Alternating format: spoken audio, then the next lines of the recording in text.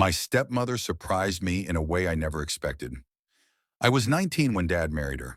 I still remember that late spring day, sunlight painting golden streaks on the white silk of her wedding gown.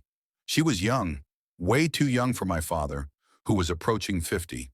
People whispered behind champagne glasses, gossiping like they were at a royal scandal. But she didn't seem to care. Her smile was calm, almost knowing. Her name was Isabel, and she was only 28. My name is Zayden, and I guess you could say I wasn't thrilled about having a stepmother who was closer to my age than my father's. I expected drama. I expected arrogance. I didn't expect kindness, or warmth, or that strange stirring inside me every time she entered a room. Dad was a businessman, always away. Isabel and I shared a house more than a life. She spent her days tending to the garden, reading on the porch, humming songs I didn't know, baking like some Pinterest-perfect fantasy. I spent my time either at university or in my room, pretending not to notice how gracefully she moved or how her voice made even the most boring small talk feel intimate. It started with small things, like the way she remembered how I took my coffee, black, no sugar, or how she always left a light on for me if I came home late. One night during a rainstorm, the power went out. I came downstairs with a flashlight only to find her lighting candles in the kitchen.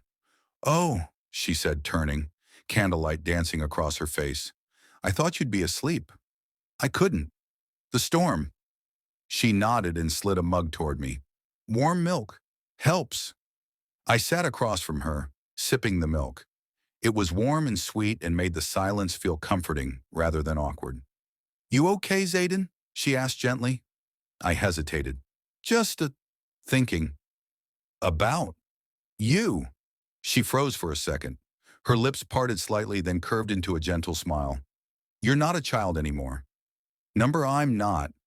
That was the first time I saw her differently, not as Dad's wife or a stranger in my house, but as a woman. One who listened, one who noticed, one who perhaps understood me better than anyone else.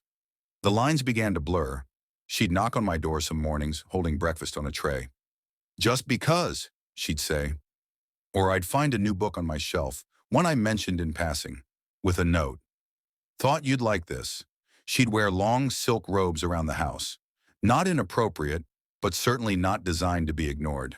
Her perfume lingered in every hallway. Soft, floral, intoxicating. One Saturday I found her in the backyard, struggling to fix the garden hose. Water had soaked her thin white shirt, clinging to her skin, her curves outlined in the sunlight. She looked up, embarrassed. "I didn't mean to make a mess." "You didn't," I said, swallowing hard. "I'll help." Our fingers brushed over the nozzle. She looked at me then, really looked. There was a pause, a flicker of something between us. "I'm not blind, Zayden," she said quietly. "I see how you look at me." I didn't know what to say. My chest tightened. "And you're not just some kid," she added.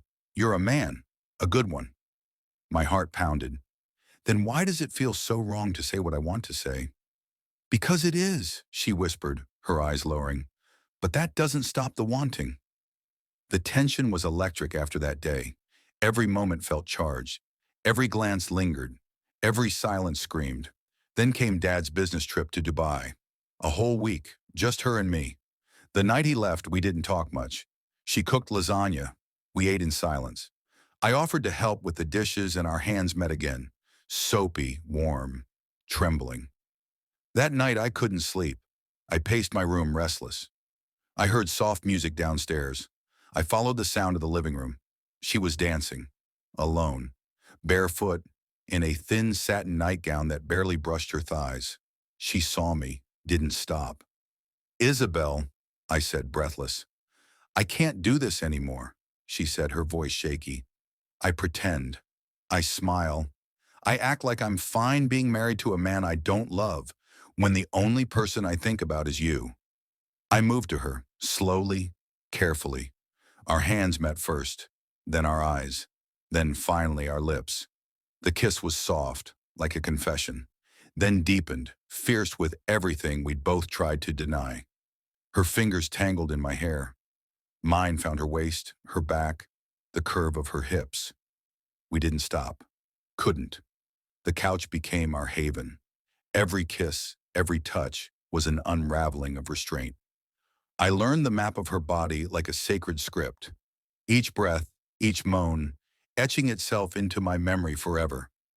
She whispered my name like a secret prayer. That night I didn't return to my room. I stayed with her, skin to skin, heart to heart. When morning light broke through the curtains, she was still in my arms. "I never meant for this to happen," she said softly. "Me neither," I said, brushing her hair from her face.